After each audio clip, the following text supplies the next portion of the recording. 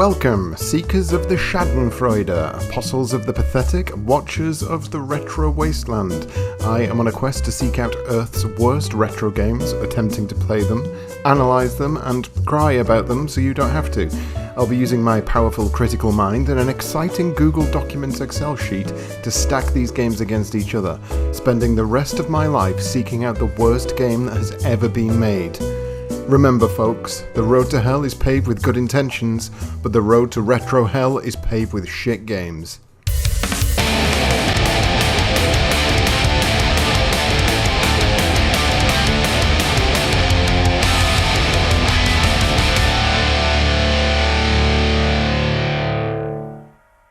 Consider this first entry along the road to retro hell as a prequel, in which I'll be bringing you up to speed on the current road to retro hell standings. I've reviewed some god-awful games over the past year already, and these games have given me a good base to start off the exciting, unpatented road to retro hell Google document. Let's take a look at the current standings. At the top of the list, you've got the best. Notice that this statement is in quotations because none of these are good. They are the best at not being the worst. That's not an accolade you want to carry proudly, but come on, perhaps a round of applause is needed. That's enough. So, at the top of this list we have Bubble Dizzy RoseTintedSpectrum. Yes, that's right, Bubble Dizzy is currently the most playable game on the road to retro hell. I'm sure that tells you quite a lot about the other games in this list. Put your hands up if your favourite thing about Dizzy was the platforming. Okay, one person at the back there. What's your name? Okay, get out please. Next up is Yogi Bear, RoseTintedSpectrum. Considering the level of hate I have for this game, it's still the second best. I will never understand why developers would spend money on an IP tied to a kids show and use it to make a game that is nigh impossible for even a grown adult male man to get through. Grange Hill, RoseTintedSpectrum. If your game appears below the Grange Hill bar of quality, something is deeply wrong. I'm not playing a goddamn horror game, what the hell is this shit? Defenders of the Earth, C64. Why is this below Grange Hill? Because at least Grange Hill made me laugh. Grange Hill is an absurdist nightmare. Defenders of the Earth is just a ball ache. It stares deeply, unblinkingly into your eyes, and then instantly and without thought, screams enemies into your face until you succumb to the peaceful slumber of death. The Fabulous Wonder, C64. I'm not reading out the full title, I'll be here all day.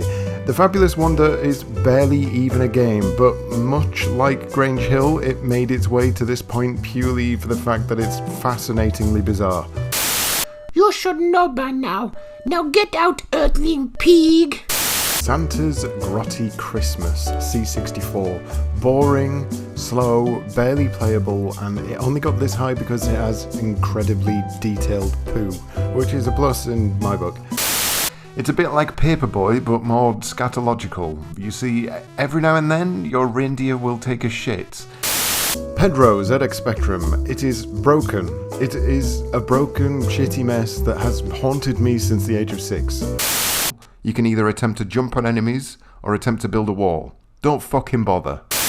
In the penultimate slot, Dragon's Lair, RoseTintedSpectrum, I spent most of my review on this talking about that one time I nearly ate cat. That probably tells you all you need to know. Am I being unfair? No. Dragon's Lair is the game that stands out without question in my mind as the most harrowing experience the RoseTintedSpectrum ever threw at me. And finally, the worst of the worst so far, EastEnders, a game that I can't even describe as broken because for the most part it doesn't attempt to be anything. You can't break what is not there. Nothing in this game requires any skill whatsoever. You go to a place and you click on a thing, then you go to another place and you click on something else. Now, I put out a call to arms on Twitter for the worst retro games people have played across all formats, and in the space of about 12 hours I ended up with 147 entries. I'm going to continue adding to this list as more suggestions come forward, so if you do have any, feel free to leave them in the comments below. And at the end of each Road to Retro Hell video, I'm going to run this ever-growing list through a randomizer, and that'll be what I play, whatever it lands on, no backsies. I'll be using a website called wheelofnames.com because honestly the budget for this series is through the roof. So let's take a look and see what the first shower of shite is going to be, shall we?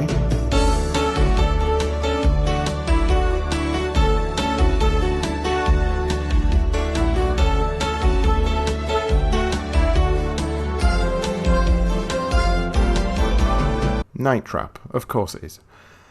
Well, look forward to the Road to Retro Hell Episode 1 Night Trap, I guess. Probably.